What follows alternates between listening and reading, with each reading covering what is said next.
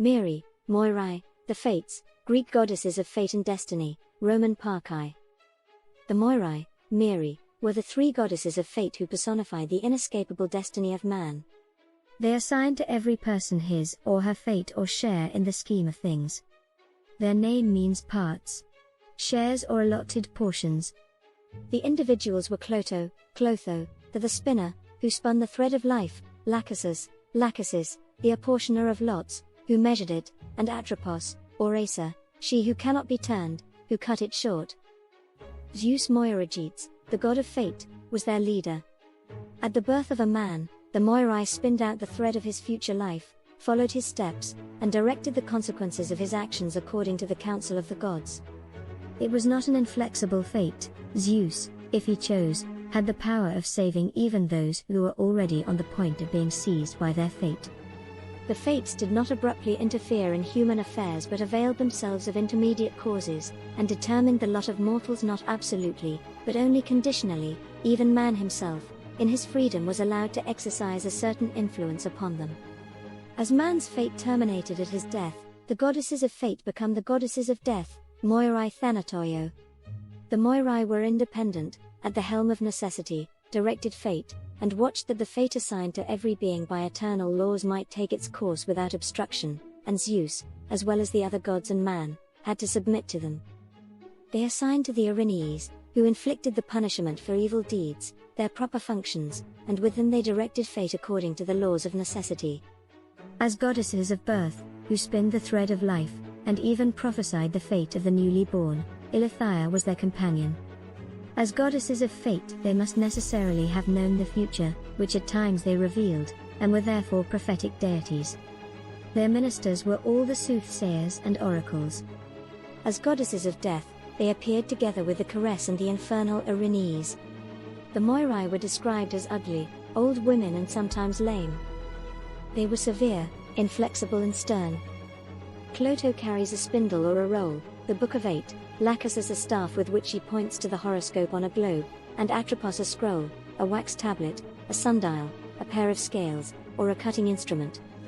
At other times the three were shown with staffs or scepters, the symbols of dominion, and sometimes even with crowns.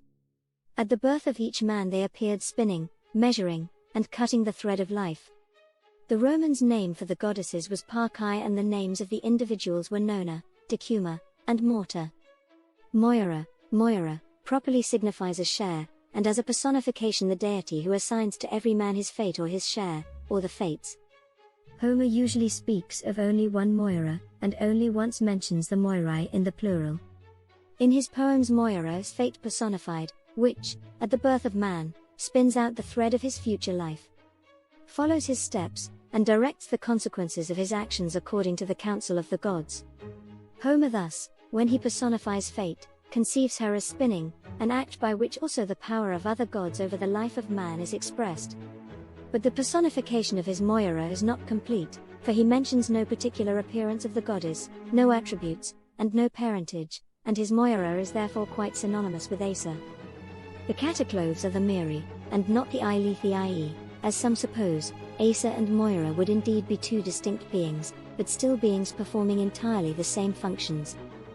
The Moirai, as the divinities of the duration of human life, which is determined by the 2 points of birth and of death, are conceived either as goddesses of birth or as goddesses of death, and hence their number was 2, as at Delphi. From this circumstance we may perhaps infer that originally the Greeks conceived of only one Moira, and that subsequently a consideration of her nature and attributes led to the belief in 2, and ultimately in 3 Moirai, though a distribution of the functions among the 3 was not strictly observed, for in Ovid, for example, as goddesses of birth, who spill the thread of beginning life, and even prophesy the fate of the newly born, they are mentioned along with Eileithyia, who is called their companion and Paredros. In a similar capacity they are also joined with Prometheus, the former, or creator of the human race in general. The symbol with which they, or rather Clotho alone, are represented to indicate this function, is a spindle, and the idea implied in it was carried out so far, that sometimes we read of their breaking or cutting off the thread when life is to end. Being goddesses of fate, they must necessarily know the future, which at times they reveal, and thus become prophetic divinities. As goddesses of death, they appear together with the Kerasan, the infernal Erinyes, with whom they are even confounded, and in the neighborhood of Sicyone the annual sacrifices offered to them were the same as those offered to the Erinyes. It belongs to the same character that, along with the Charites, they lead Persephone out of the lower world into the regions of light, and are mentioned along with Pluto and Charon. The various epithets which poets apply to the Moirai generally refer to the severity, inflexibility, and sternness of fate. The Homeric Moira is not, as some have thought, an inflexible fate, to which the gods themselves must bow, but, on the contrary, Zeus, as the father of gods and men, weighs out their fate to them. And if he chooses, he has the power of saving even those who are already on the point of being seized by their fate. Nay, as fate does not abruptly interfere in human affairs, but avails herself of intermediate causes, and determines the lot of mortals not absolutely, but only conditionally, even man himself, in his freedom, is allowed to exercise a certain influence upon her. As man's fate terminates at his death, the goddess of fate at the close of life becomes the goddess of death, Moirai Thanatoio, and is mentioned along with death itself, and with Apollo, the bringer of death. Hesiod has the personification of the Moirai complete, for he calls them, together with the Caress, daughters of night, and distinguishes three, viz. Clotho, or the spinning fate, Lachesis, or the one who assigns to man his fate, and Atropos, or the fate that cannot be avoided. According to this genealogy, the Moirai must be considered as in a state of dependence upon their father, and as agreeing with his counsels.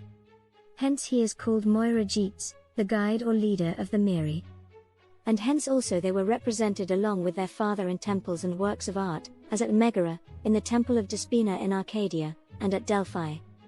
They are further described as engraving on indestructible tables the decrees of their father Zeus. Later writers differ in their genealogy of the Moirai from that of Hesiod, thus they are called children of Erebus and Night, of Kronos and Night, of Ge and Oceanus, or lastly of Ananke or Necessity. It cannot be surprising to find that the character and nature of the Moirai were conceived differently at different times, and by different authors. Sometimes they appear as divinities of fate in the strict sense of the term, and sometimes only as allegorical divinities of the duration of human life. In the former character they are independent, at the helm of necessity, direct fate, and watch that the fate assigned to every being by eternal laws may take its course without obstruction, and Zeus, as well as the other gods and men, must submit to them. They are assigned to the Erinyes, who inflict the punishment for evil deeds, their proper functions, and with them they direct fate according to the laws of necessity, whence they are sometimes called the sisters of the Erinyes.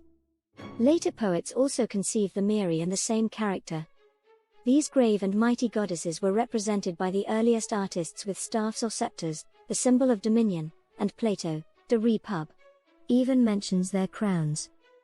They had sanctuaries in many parts of Greece, such as Corinth, Sparta, Olympia, Thebes, and elsewhere.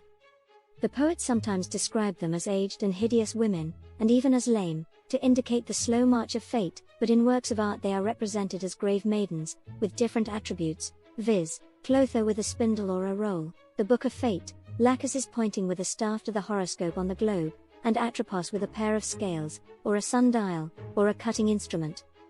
It is worthy of remark that the muse Urania was sometimes represented with the same attributes as Lachesis, and that Aphrodite Urania at Athens, according to an inscription on a Hermes pillar, was called the oldest of the Moirai. Pepromena, Pepromene, namely Jippa, that is, the share destined by fate, occurs also as a proper name in the same sense as Moira or fate.